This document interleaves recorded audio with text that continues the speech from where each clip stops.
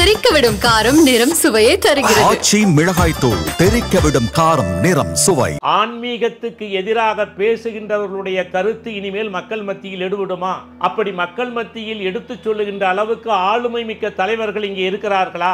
அவருடைய பேச்சோ எழுத்தோ கருத்தோ மக்களை சென்றடையுமா? என்ன பேசிட்டு இருக்கிறீங்க? என்ன விளையாடுறீங்களா?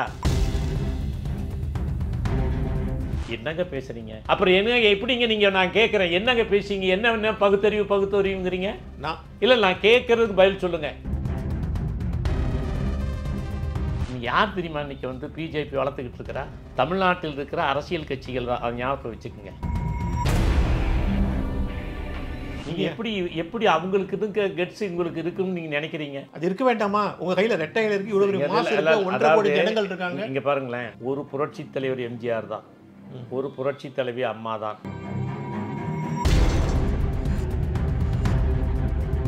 ஒரு விஷயம் நல்லா புரிஞ்சுக்கங்க, பிஜேபியோட கூட்டணி வைத்ததால் தான் கடந்த முறை தோல்வி அடைந்ததா?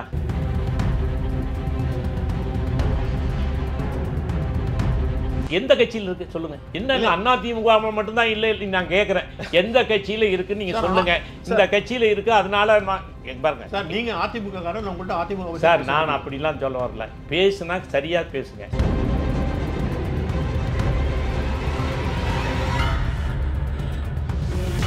சமீபத்தில் எடப்பாடி பழனிசாமி வந்து ஒரு விஷயம் சொல்றாரு, நான் தான் சிஎம் கேண்டிடேட் அப்படிங்கிறத அமித்ஷாவே சொல்லிட்டாரு, எல்லாம் மற்றவங்களாம் அடங்குங்கிறப்பல ஒரு வார்த்தை சொல்றாரு. அமித்ஷாவே என்னை சிஎம் கேண்டிடேட்டாக ஏற்றுக்கிட்டாரு அப்படிங்கிறாங்க. எம்ஜிஆர் வந்து தேசிய தலைவர் ஒருத்தர் வந்து என்ன ஒத்துக்கிட்டாரு அப்படின்னு எம்ஜிஆரோ இல்லை ஜெயலலிதாவோ சொல்லுவாங்களா? இந்த ஸ்டேட்டுக்கு நான் தான் தலைவர், அதை பற்றி டிஸ்பியூட்டே கிடையாது, அப்படிதானே வரணும். அது அமித்ஷாவே சொல்கிறேன்னா, அமித்ஷாவே இவருடைய பலத்தில் அதிமுக பலத்தில் தான் அவங்க நிற்க போறாங்க. பிஜேபி அப்படி இருக்கும்போது அவரே சொல்லிட்டாருன்னா அதிமுக எந்த லெவலில்? அதாவது ஒரு கூட்டணி அமைத்து போட்டியிடுகின்ற நேரத்தில் கூட்டணியில் என்ன பேசப்பட்டதோ என்ன சொல்லப்பட்டதோ அதை அகில இந்திய தலைவர் நம்பர் 2 இருக்கிறவரும் அதை சொல்லிவிட்டாரு. சொல்லி முடித்ததுக்கு பிறகு அதில் மாறுதல் வருகின்ற பொழுதோ மாற்றம்னு சொல்லுகின்ற பொழுதோ அதற்கு ரெஃபர் பண்ணுறாங்க. அதனால் அதையெல்லாம் நீங்கள் வந்து இதாக எடுத்துக்க முடியாது சார். உங்களுக்கு தெரியாது இல்லை சார், ஜெயலலிதா வந்து மோடியா லேடியான்னு கேட்குற அளவுக்கு அவங்களுக்கு கட்ஸ் இருந்தது, அந்த கட்ஸ் இவங்களுக்கு இல்லை. நீங்கள் எப்படி அவங்களுக்கு இருக்க கட்ஸ் உங்களுக்கு இருக்குன்னு நீங்கள் நினைக்கிறீங்க? அது இருக்க வேண்டாமா? உங்கள் கையில் ரெட்டைகள் இருக்கு, இவ்வளவு மாசு இருக்கு, 1.5 கோடி ஜனங்கள் இருக்காங்க. இங்கே பாருங்களேன், ஒரு புரட்சி தலைவர் எம்ஜிஆர் தான், ஒரு புரட்சி தலைவி அம்மா தான், சரி, ஒரு கலைஞர் கருணாநிதி தான். புரட்சி தலைவர் எம்ஜிஆர் என்ற மிகப்பெரிய ஆளுமைக்கு ஒரு மிகப்பெரிய ஆளுமையாக எதிர்க்கட்சியாக விளங்கியவர் கருணாநிதி. புரட்சி தலைவி அம்மா அவர்கள் என்ற ஆளுமைக்கு எதிராக விளங்கியவர் கலைஞர் கருணாநிதி. சரி, இன்றைக்கு 3 பேரும் இல்லை தமிழக அரசியலில். பேச்சாற்றல், எழுத்தாற்றல், சிந்தனை வளம், ஈர்ப்பு, காந்த கவர்ச்சி, இப்படி இந்த ஆளுமைகளுடன் இன்றைக்கு அரசியல் என்பது வெற்றிடமாக இருக்கிறது. ஆனால் கருத்து கருவூலங்களாக அவர்கள் ஆற்றி சென்றிருக்கின்ற பணிகள் அப்படியே மக்கள் நலத்திட்டங்களாக, அவர் பாடிவிட்டு சென்றிருக்கின்ற பாடல்கள், திரைப்படங்கள் கருத்து கருவூலங்களாக அடுத்த தலைமுறை என்று தலைமுறைக்கு தலைமுறை அவர்களுக்கு வழிகாட்டுகின்ற வகையில் அவருடைய கொள்கைகள் எவர் கிரீன். பாடலாக கேட்கலாம், வசனமாக பார்க்கலாம், காட்சியாக பார்க்கலாம். இப்படி ஒரு தலைவர் உலகத்தில் தனக்கு பின்னால் அந்த இயக்கத்திற்கு பயன்படுகின்ற வகையில் விட்டு சென்றிருக்கிறாரா? சரி சார், நீங்க சொல்ற கருத்து பாடல்கள் எல்லாமே இருக்கு, அற்புதமான கருத்து எல்லாமே இருக்கு. ஆனா இதையெல்லாம் மக்கள் மனதில் சொல்றதுக்கு ஒரு செரிஸ்மேட்டிக், ஒரு கவர்ச்சிகரமான தலைவர் இல்லை. அங்கதானே மிஸ் ஆகுதுங்க. நீங்க சொல்ற அந்த கவர்ச்சிகரமான தலைவர்ங்கிறது தேவையில்லை. கவர்ச்சிகரமான தலைவர் எவர்கிரீன் எம்ஜிஆர், புரட்சி தலைவி அம்மா. இந்த 2 மாபெரும் சக்திகளும் அதிமுகவிற்கு மிகப்பெரிய சக்தியாக விளங்கி கொண்டிருக்கிறது. சார், நீங்க சொல்ற தலைவர்கள் அரூபமா இருக்காங்க, நான் சொரூபமா யாருமே இல்லைன்னு நான் சொல்றேன். எந்த கட்சியில் இருக்கு சொல்லுங்க? என்ன அதிமுக மட்டும்தான் இல்லை நான் கேட்கிறேன், எந்த கட்சியில இருக்குன்னு நீங்க சொல்லுங்க. இந்த கட்சியில இருக்கு, அதனால பாருங்க சார், நீங்க அதிமுக காரன், உங்கள்ட்ட அதிமுக சார். நான் அப்படிலாம் சொல்ல வரல, பேசுனா சரியா பேசுங்க. சரி, திமுக இல்ல இருக்கு, நான் கேட்கலங்க.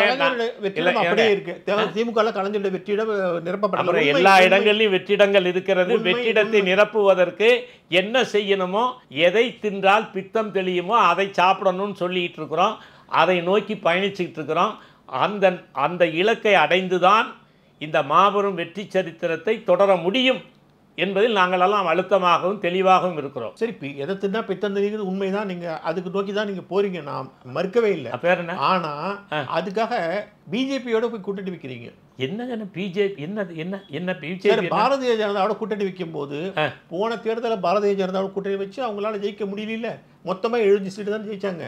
பாட்டாளி மக்கள் கட்சி, பிஜேபி எல்லாரும் இல்ல பிஜேபியோட ஓட்டு கூட்டணி வைக்கும் போது என்னன்னா மைனாரிட்டியோட சுத்தமா சாலிடா அப்படியே வெளில போயிடுது. அதுதானே திமுகவோட மிகப்பெரிய பலமே. இல்லைங்க, ஒரு விஷயம் நல்லா புரிஞ்சுக்குங்க. அதாவது பிஜேபியோட கூட்டணி வைத்ததால் தான் கடந்த முறை தோல்வி அடைந்ததா? அதுவும் ஒரு முக்கியமான காரணம் சார். எத்தனையோ காரணங்களில் அது ஒரு காரணமாக இருக்கலாமே தவிர அதுதான் காரணம் என்று சொல்லாதீங்க. முதல்ல ஒரு விஷயம் உங்களுக்கு ஒரு செய்தி சொல்றேன். சொல்லுங்க சார். எங்களுடைய மாணவர்கள் எல்லாம் படிக்கின்ற மாணவர்களில் சிலர் ஆய்வு மேற்கொண்டார்கள். சரி, ஒரு செய்தி உங்களுக்கு சொல்றேன். சர்வே. ஓகே. அந்த ஆய்வறிக்கை அவர்கள் மேற்கொண்ட பொழுது எல்லா கிராமங்களுக்கும் சென்றார்கள். எல்லா கிராமங்களிலும் ஒவ்வொரு வீட்டிலேயும் போய் அவர்கள் விசாரிக்கிறார்கள். வேற எதுவுமே இல்லை. உங்களுக்கு சாமி கும்பிடுற வழக்கம் உண்டா? ஆமாம், எல்லா சாமி கும்பிடுவோம். இருந்தாலும் எங்கள் குலதெய்வ வழிபாடு இல்லாமல் நாங்கள் இருக்க மாட்டோம். இந்த குலதெய்வ வழிபாடு இல்லாமல் இருக்க மாட்டோம் என்று சொன்னது 95% வீடுகள் அதை சொல்றாங்க. நான் உங்களை ஒரே ஒரு கேள்வி கேட்கிறேன். 95% குடும்பங்களுக்கு குலதெய்வ வழிபாட்டு உரிமை இருக்கிறது என்றால், பண்பு இருக்கிறது என்றால், வழக்கம் இருக்கிறது என்றால், அவர்கள் பகுத்தறிவு சிந்தனையின்படி ஓட்டு போட மறுப்பார்களா? தமிழ்நாட்டில் 2 மாதிரி இருக்காங்க. சாமி கும்பிடுறான், டிஎம்கே ஓட்டு போடுறான். நடக்குதா இல்லையா? சொல்லு. அது எம்ஜிஆர் காலத்தோட போச்சுங்க. நீங்க வேற. இருங்க ஒரு விஷயம். நீங்க இப்ப நல்ல பாயிண்ட்டுக்கு வந்திருக்கீங்க. நான் சொல்றேன். இருங்க ஒரு விஷயம். நீங்க சொல்ற இந்துக்கள் எல்லாம் அப்படி ஒரே மாதிரி கடவுள் நிந்தனை பண்றோம், ஓட்டு போடக்கூடாதுன்னு நினைச்சா டிஎம்கே ஓட்டு அது நடக்க போகுதுங்க.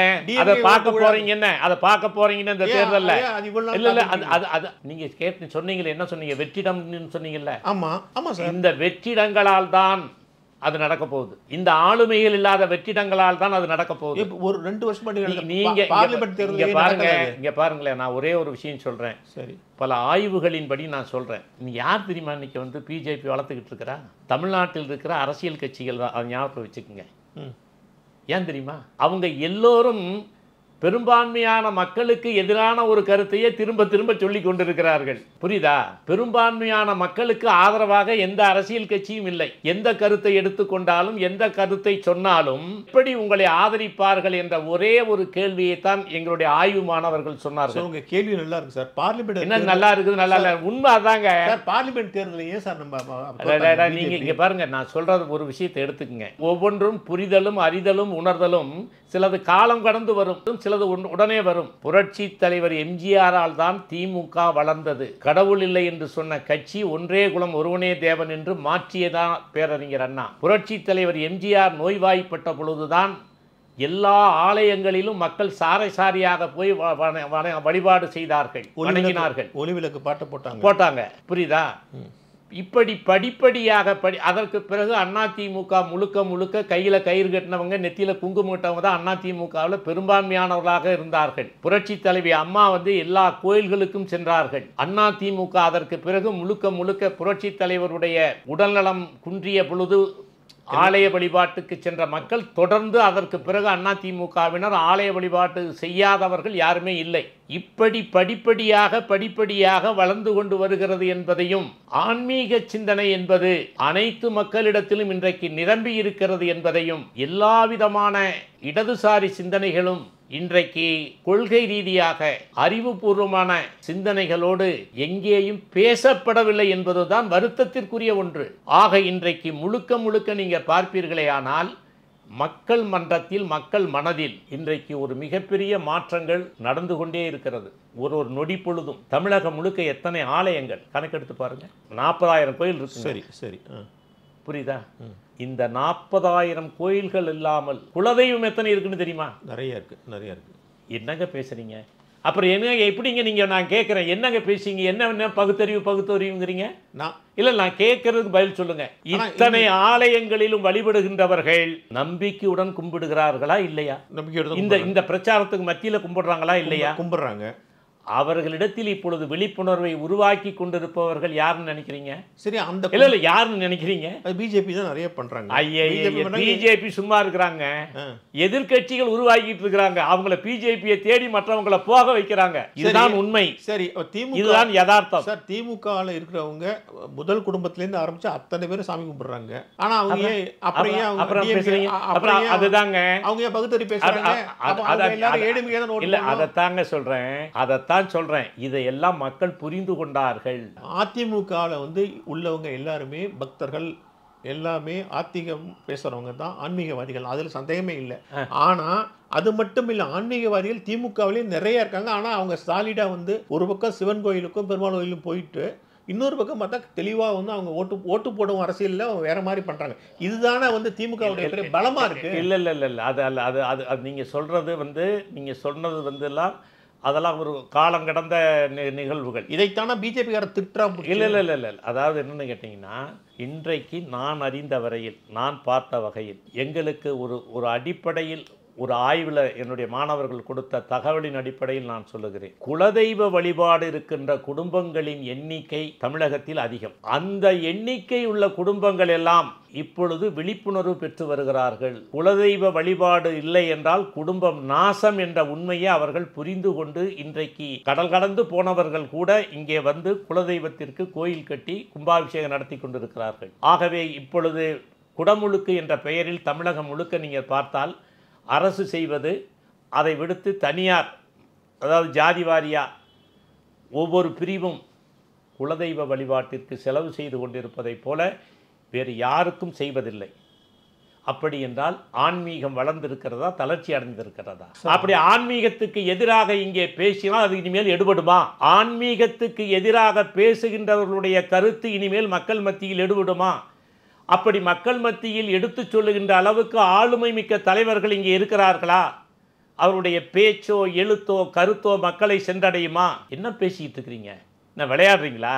தமிழ்நாட்டு அரசியலில் எல்லாமே ஒரு மாயை மித்த உருவாக்கலான்னு பார்க்குறீங்களா? நாம் தமிழ்நாட்டு அரசியலில் களம் மாறும், மாற்றம் முன்னேற்றம் என்பது நிச்சயமாக நடக்கும். அதை புரிஞ்சுக்குங்க. 26 அந்த மாற்றம் வருங்கிறீங்க நீங்க. காலம் இன்னும் தள்ளி போகுமா? எப்பொழுது தேர்தல் வந்தாலும் அப்பொழுது மாற்றம் வரும். மாற்றம் என்பது மாற்ற முடியாதது. நீங்க சொல்றபடி பார்த்தா அதிமுக பிஜேபி கூட்டணி மிகப்பெரிய பெரும்பான்மை வரணும். நீங்க சொல்ற கணக்குப்படி பார்த்தா இங்க பாருங்க, ஒரு விஷயம் நான் சொல்றேன். தமிழ்நாட்டு அரசியலில் மாற்றம் நிச்சயமாக வரும். ஆனால் எப்படி வரும், எது மாதிரி வரும் என்ற விஷயத்தை எல்லாம் இப்பொழுது என்னால் சொல்ல முடியாது. ஒன்றை மட்டும் உறுதியாக சொல்லுகிறேன். தமிழ்நாட்டு அரசியலில் பல மாற்றங்களை தருவதற்கு பலதரப்பு மக்களும் தங்களை தயார்படுத்தி கொண்டிருக்கிறார்கள். இவைகளை எப்படி அறுவடை செய்ய போகிறார்கள் என்பதுதான் தேர்தல் களம். அதை இப்படி முன்கூட்டியே சொல்ல முடியாது, முன்கூட்டியே சொல்ல இயலாது.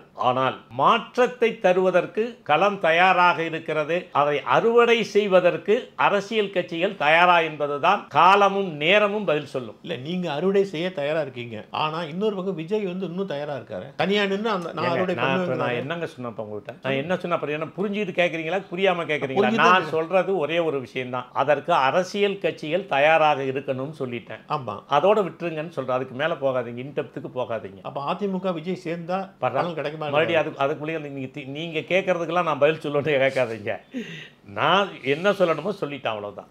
பாமகவோட யுத்தத்தை கவனிக்கிறீங்களா? அன்புமணி இன்னும் கொஞ்சம் இறங்கி போனா எல்லாமே முடிஞ்சிடும் இல்லையா? அதாவது இதை பற்றி நான் உங்களிடத்தில் பகிர்ந்து கொள்ள விரும்பவில்லை. நம்பர் 1. ஏனென்றால் இதிலே எனக்கு ஏற்பட்டிருக்கிற அனுபவத்தையோ எனக்கு புரிந்திருக்கிற கருத்துக்களையோ நான் பொதுவெளியில் பகிர்ந்து கொள்ள நான் விரும்பவில்லை. ஐயா அவர்களும் டாக்டர் அன்புமணி அவர்களும் இந்த சமுதாயத்திற்காகவும் சமுதாய மக்களுக்காகவும் கடந்த காலங்களில் ஆற்றிய பணிகள், தொண்டுகள், ஐயா அவர்களுடைய தியாகம் இவற்றினால் முழுக்க நிரப்பப்பட்டிருக்கிறது. ஆகவே அவர்களுக்கு, இந்த மக்களுக்கு எதை செய்தால் நன்மை கிடைக்கும், எதை செய்ய வேண்டும், எதை செய்யக்கூடாது என்று அவர்களுக்கு தெரியாதா? அதனால் நிச்சயமாக மக்கள் அனைவரும் விரும்புகின்ற வகையில் அவர்களுடைய அத்தனை செயல்பாடுகளும் இருக்கும் என்று நான் நம்புகிறேன். நல்ல நோக்கம், நல்ல செயல் என்றைக்குமே அது மக்களுக்குத்தான் பயன்படும். அப்படி என்று நம்புவோம்.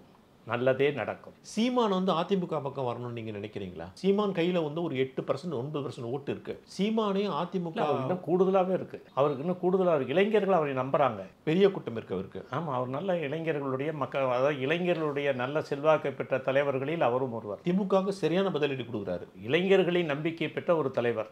அவருடைய கருத்துக்கள், அவருடைய பேச்சுக்கள் அனைத்துமே சமூக மாற்றத்திற்கான ஒரு சிந்தனைகளை, கருத்துக்களை சொல்லுகிறார். அதில் மாறுபட்ட அபிப்பிராயமே கிடையாது. சரி, அதற்கு மேல் நான் இதை பற்றி எதையும் சொல்ல விரும்பவில்லை. உங்கள் ஐஏஎஸ் அகாடமி இருக்குல்ல, இப்போ எப்படி இருக்குது? அது ஆரம்பித்து எத்தனை வருஷம் ஆச்சு? இப்போ எப்படி போயிட்டுருக்குது? நிறைய பேரை வந்து சளைக்காமல் உங்களுடைய மாணவர்கள் நிறைய பேர் வெளில வந்துட்டுருக்காங்க, வெற்றியோடு வெளில வராங்க.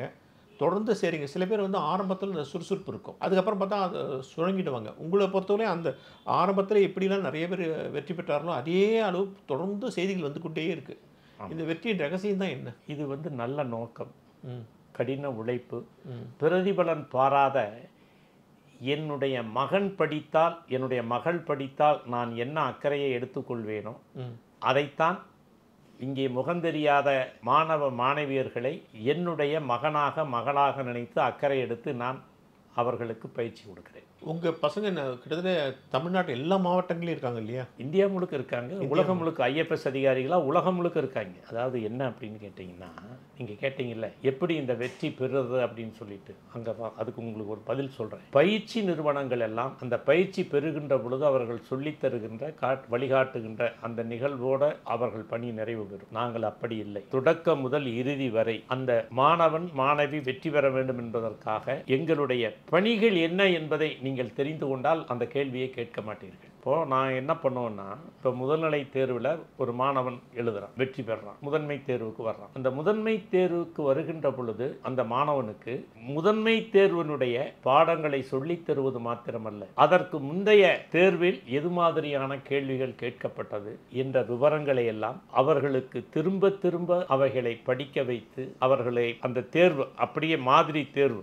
முதன்மை தேர்வில் ஒரு மாணவன் படிக்கிறான், 60 நாள் 70 நாள் இருக்குது. அப்படி இருக்கிற பொழுது அந்த தேர்வு வருகிறது என்றால் டைம் மேனேஜ்மெண்ட், நேர மேலாண்மை, அந்த நேர மேலாண்மையை திட்டமிட்டு அமைத்து அந்த அட்டவணைப்படி படிக்க சொல்லுவோம். ரைட்டிங் ப்ராக்டிஸ், அதாவது ஒரு தேர்வை 3 மணிக்குள்ளே 3 மணி நேரம் அந்த தேர்வு எழுதுகின்ற நேரத்தில் அந்த 3 மணி நேரத்திற்குள்ளாக அவர் எல்லா கேள்விகளுக்கும் பதில் எழுதி முடிக்க வேண்டும். பல பேர் அந்த போதிய பயிற்சி இல்லாத காரணத்தினால் அந்த தேர்வை எழுத முடியாமல் பல கேள்விகளுக்கு பதில் எழுத தெரியாமல் விட்டு விடுவார்கள். அதனாலேயே சிறந்த மாணவர்கள் கூட வெற்றி வாய்ப்பை இழந்து விடுவார்கள். இப்படிப்பட்ட மாணவர்களுக்கு முதன்மை பயிற்சியே என்னவென்றால் அந்த நேர மேலாண்மையை பயன்படுத்தி அவர்கள் அந்த 3 மணி நேரத்திற்குள்ளாக முழுமையான கேள்வி பதிலை எழுதுகின்ற வகையில் பயிற்சி கொடுத்தது. இது ஒரு கட்டம். நேர்முக தேர்வுக்கு, முதன்மை தேர்வில் வெற்றி பெற்று நேர்முக தேர்வுக்கு போனால் என்ன செய்வேன் தெரியுமா உங்களுக்கு? முதல்ல தொடக்க காலத்தில் நான் டெல்லியில் போய் உட்காந்துக்குவேன். இன்டர்வியூ ஹாலுக்கு முன்னாடி அங்கே ஒரு மதிச்சுவர், காம்பவுண்டு மதிச்சுவர் இருக்கு, அது மேலே உட்காந்துக்குவேன். இன்டர்வியூ முடித்து விட்டு மாணவர் வெளியே வந்தவுடன் அவரிடத்தில் என்ன கேள்விகள் கேட்டார்கள் ஒரு பேப்பரில் எழுதுன்னு சொல்லி அங்கேயே உட்கார்ந்து எழுத சொல்லுவேன். அப்படியே எழுதி கொடுப்பார்கள். இதை உடனுக்குடன் மதியம் செல்லுகின்ற மாணவர்கள் இருக்காங்க இல்லையா, அவர்களுக்கு இந்த மாதிரி வந்திருக்குது, இது பார்த்துக்க, இந்த மாதிரி இதுதான் மாடல். இப்படி தொடர்ந்து எல்லா நாட்களும் காலையில் தேர்வுக்கு சென்று விட்டு வருகின்ற மாணவன் தருகின்ற அந்த கேள்விகளை எல்லாம் மதியம் போகிற மாணவர்களுக்கு, மதியம் காலை 2 வேளை சேர்ந்து அடுத்த நாள் போகிற மாணவர்களுக்கு, இப்படி தொடர்ந்து இன்டர்வியூ முடிகின்ற வரை இது இந்தியாவில் யாருமே செய்யாத ஒரு காரியம். இதை மனிதநேயம் மட்டுமே தொடர்ந்து செய்து கொண்டிருக்கிறது.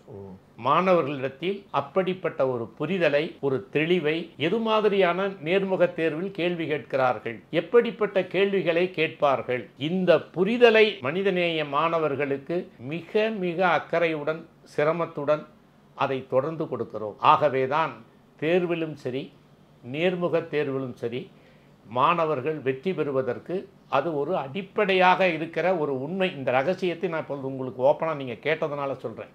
என் தலைவன் புரட்சி தலைவர் எம்ஜிஆர் எனக்கு சொன்ன ஆலோசனை என்ன தெரியுமா? பொது வாழ்க்கை ஆனாலும் தனி வாழ்க்கை ஆனாலும் சேவையை பிரதானப்படுத்திய வாழ்க்கையை அமைத்துக்கொள்.